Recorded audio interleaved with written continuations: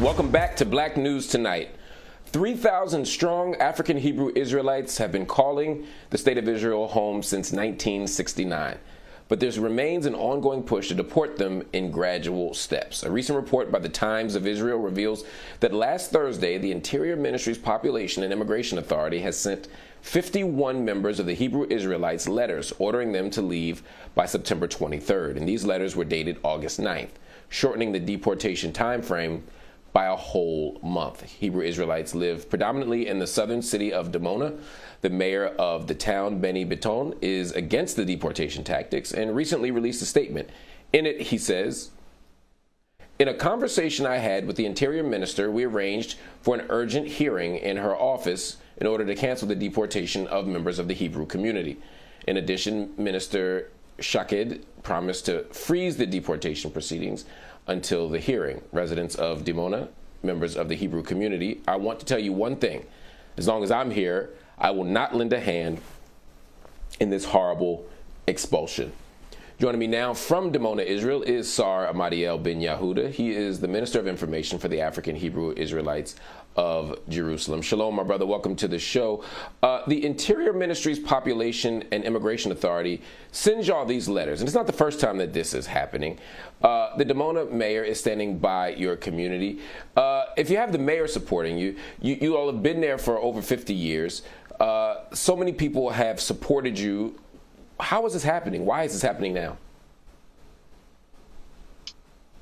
Shalom, Mark. Good to speak with you again, and thanks for having us.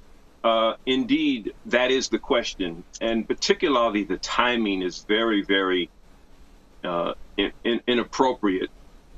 We're on the eve, the literal eve of the highest of the high holy days here, Yom Kippur, a day that's set aside for atonement and reconciliation among brethren. And this is how the Ministry of Interior, this is the message that they send us. That's troubling for us. That's certainly the height of inappropriateness. Where is the sensitivity? But as you said, this isn't something new. We've been here before throughout our history here.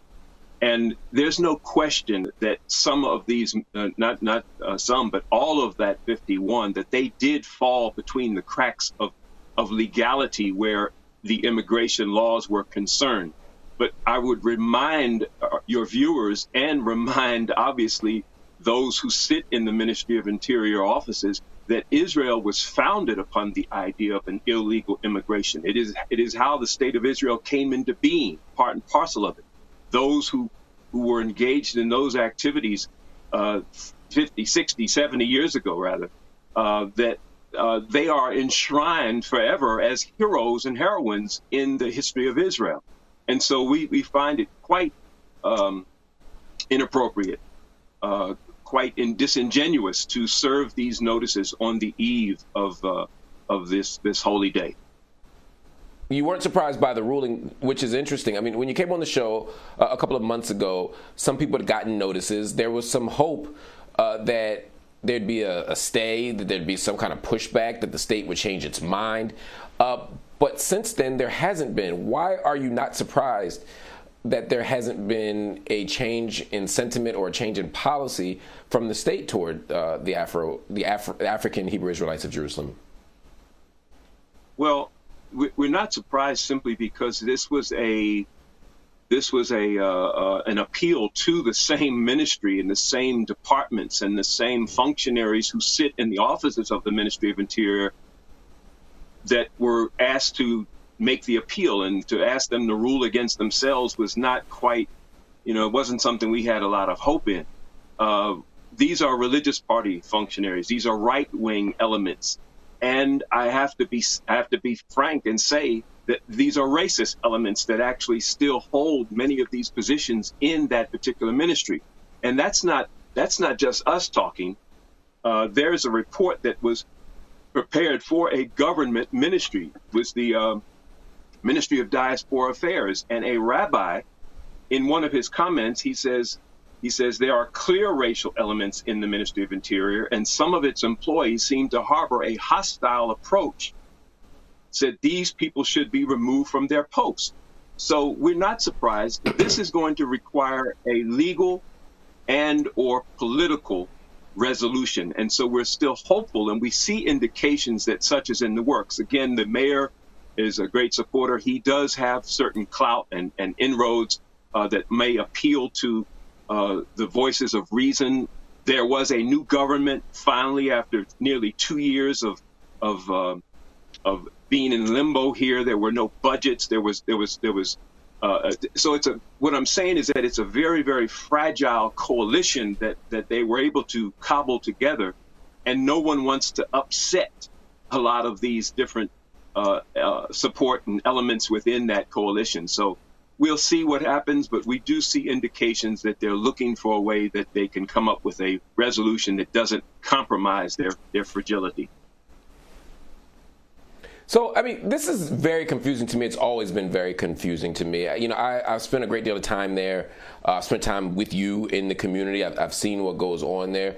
I've never fully understood why at this juncture, why there'd be such a push to get you out. Race seems to be an issue that you're raising. I mean, many of the members were born and raised in Israel. They've never lived anywhere else. Many have served in the IDF. They served in the Israeli military. They've done the things that Israeli citizens do. What's their reason? I mean, what reason can they give other than we just don't think you belong?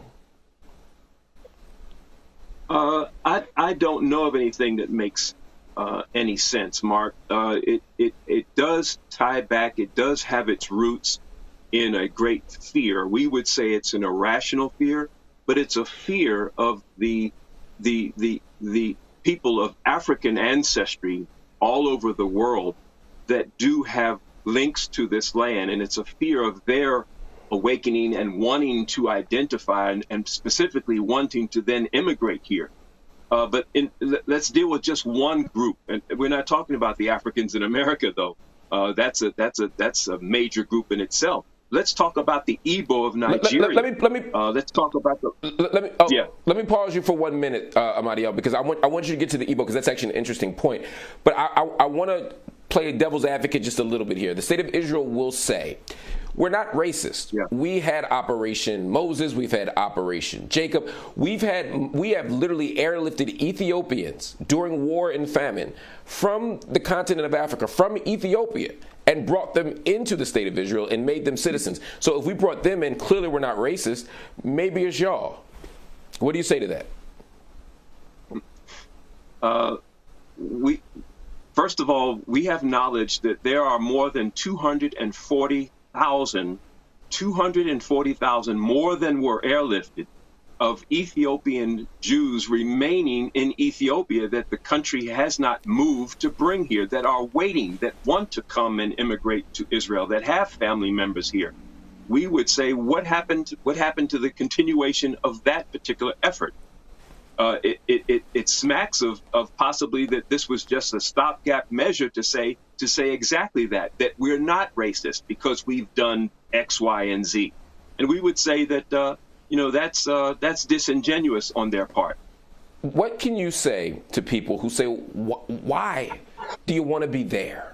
You're black people, your origins are in Chicago, at least in modern history, Chicago, right? Ben Amin Ben Israel, left Chicago, went to Liberia, then goes to Israel. Y'all are from Chicago. Why not just go somewhere else? Why do y'all want to be in Israel so bad? What do you say to them? Well, you're right. I'm from D.C. And by the way, Mark, from Philly, conceived in Philly. We would simply say that we know that 60%. Right. I knew that.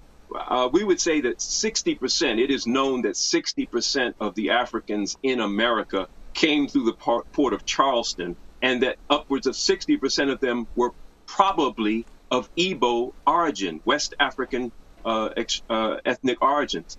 Well, the Igbo, their historical narratives, their saga, their migration sagas point them to Israel. And so our legitimate search for identity led us back to Israel, not just to West Africa. The threads of our cultural continuity did not stop or begin in West Africa. They continued back to this land. Israel is Northeast Africa. So this is the land of our ancestry. We're Judeans. We're not Jewish in the sense of being adherents to Judaism and the tenets of that religion. We are Judeans, so we actually live in southern Judea. This is where I've made my home for the last 40 plus years, where we as a community have lived for 50 plus years.